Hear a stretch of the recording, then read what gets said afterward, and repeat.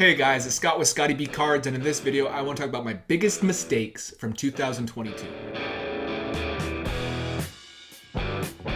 Every single year, I look back on the year and there's good things that I did in sports cards, and then there's things that make me wonder, why did I do that? I knew better, but I did it anyways. And in this video, I want to look at my top 5 biggest mistakes, not necessarily my biggest losses, because I gained money on some of these transactions, but it was one of those things where I still should have seen better, but I did it anyways, because I'm not perfect. I had a very good year of sports card collecting. I really acquired a lot of my favorite cards ever, and it's been a really fun time. So I did make a video of my favorite pickups from the last 12 months as well. But in this video, let's talk about how dumb I am, shall we? And one thing I want to say, we've all made mistakes in sports cards. So instead of commenting, man, you should have bought vintage because vintage is the only way to go. Vintage is fantastic. Vintage is great. And I really see the allure of vintage. And I have some vintage in my collection. I just don't highlight it much because I prefer, as a fun aspect of the hobby, really kind of speculating and targeting modern players. And it's just what I really enjoy is the era from 2002 to 2015 or so. That's the era I love the most. And so vintage is safer. I want to say that. And on top of that, I don't want you to completely think I'm unqualified to talk about baseball cards because I've made a mistake, because we've all made mistakes in baseball cards. So it is what it is. All right, let's jump into it. I'm actually excited to record this video to discuss the trauma that I've caused myself in the last 12 months. Very first one is this Aaron Judge Sapphire rookie card. I bought this card for $250 raw. I got it graded with SGC for $30. I'm in this card about $280.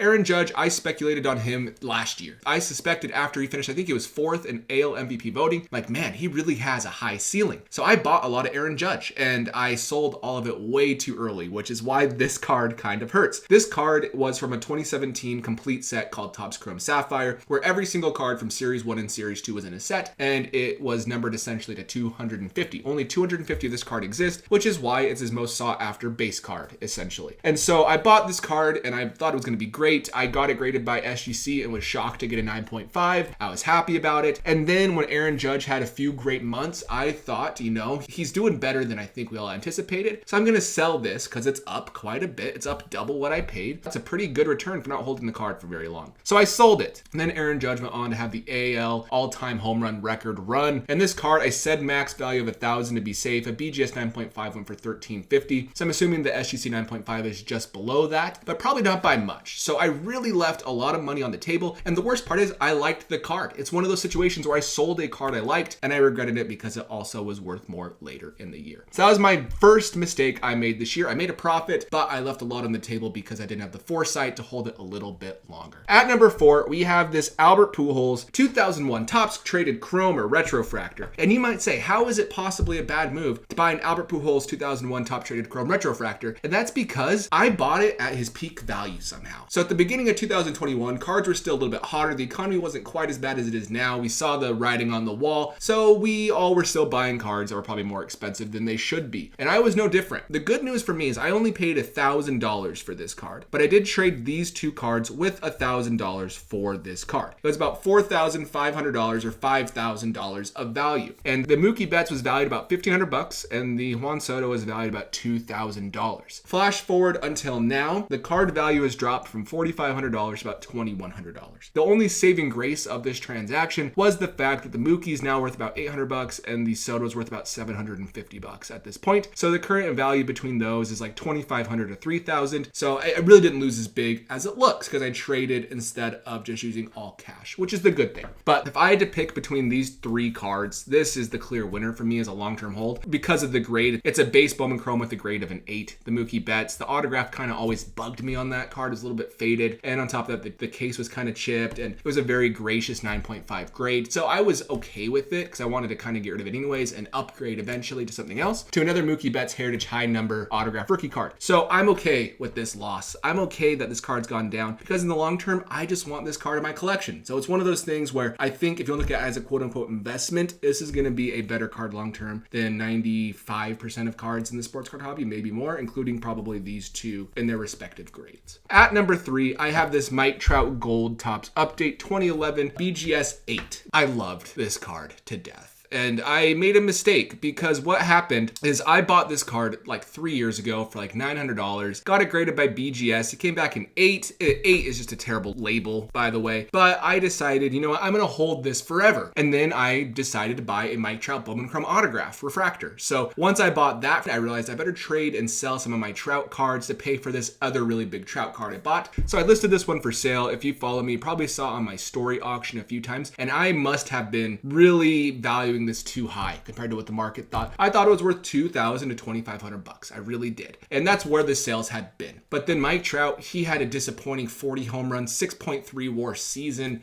He sucks. And so because of that, his cards dropped a ton, which is why I got the Bowman Chrome autograph. And I had an offer of $1,800 for this card on Instagram. I thought that was a little low. The guy was really nice about it. And he's like, I just can't go more. And I was like, well, just meet me at 2. And he didn't meet me at 2. And so then I said, you know what? I'm going to list this at an auction because I think it's worth $2,000. Even if I get $1,900 and I pay a little bit more in fees, it just feels good for me that I'm getting $2,000 out of it. Well, I auction it and this card sells for $1,200, which is crazy low for this card in my opinion, at least where it's been historically. So that hurt. I left $600 on the table because I was too prideful to not just take the cash offer of $1,800. And on top of that, the $1,200 I sold this for, I had to pay fees and all that good stuff. So I probably sold it for essentially $1,100 or less. And so that one really hurt because I loved the card. And it's one of those auctions where you watch it and you just feel sick as it ends way too low from where you thought it was going to be. At number 2, we have this Juan Soto Atomic Bowman's Best autograph number /25. And you might be saying, Scott, why did you get rid of this card? You love Juan Soto. You like Bowman's Best. It's beautiful, the Atomic refractor, and Juan Soto has hardly any on-card rookie autographs. Why would you sell it? And that's the question I asked myself too. So there we are. We're here together. But this card itself, I traded for a Bowman Chrome autograph BGS 9.5 of Juan Soto. And my thought process behind it was because of Mike Trout and other superstars. The Bowman Chrome autograph BGS 9.5 for Trout was worth a ton heading into 2021, heading into 2022, just worth a fortune. Because of that, all of his rookie autographs just lagged behind it. And so I figured the same would be true for Juan Soto, who has significantly more rookie autographs than Mike Trout. I traded this card plus a little bit of cash for a Bowman Chrome Juan Soto autograph BGS 9.5, and I got that card and I thought it was the right move. And both of the cards were worth about $5,000 of value at the beginning of this year, so that shows how long ago that was now. And now I rather have this card. This card's more unique and more rare. I do think that even though it was worth $5,000 at one point, a gold refractor of this card sold for like $800, and so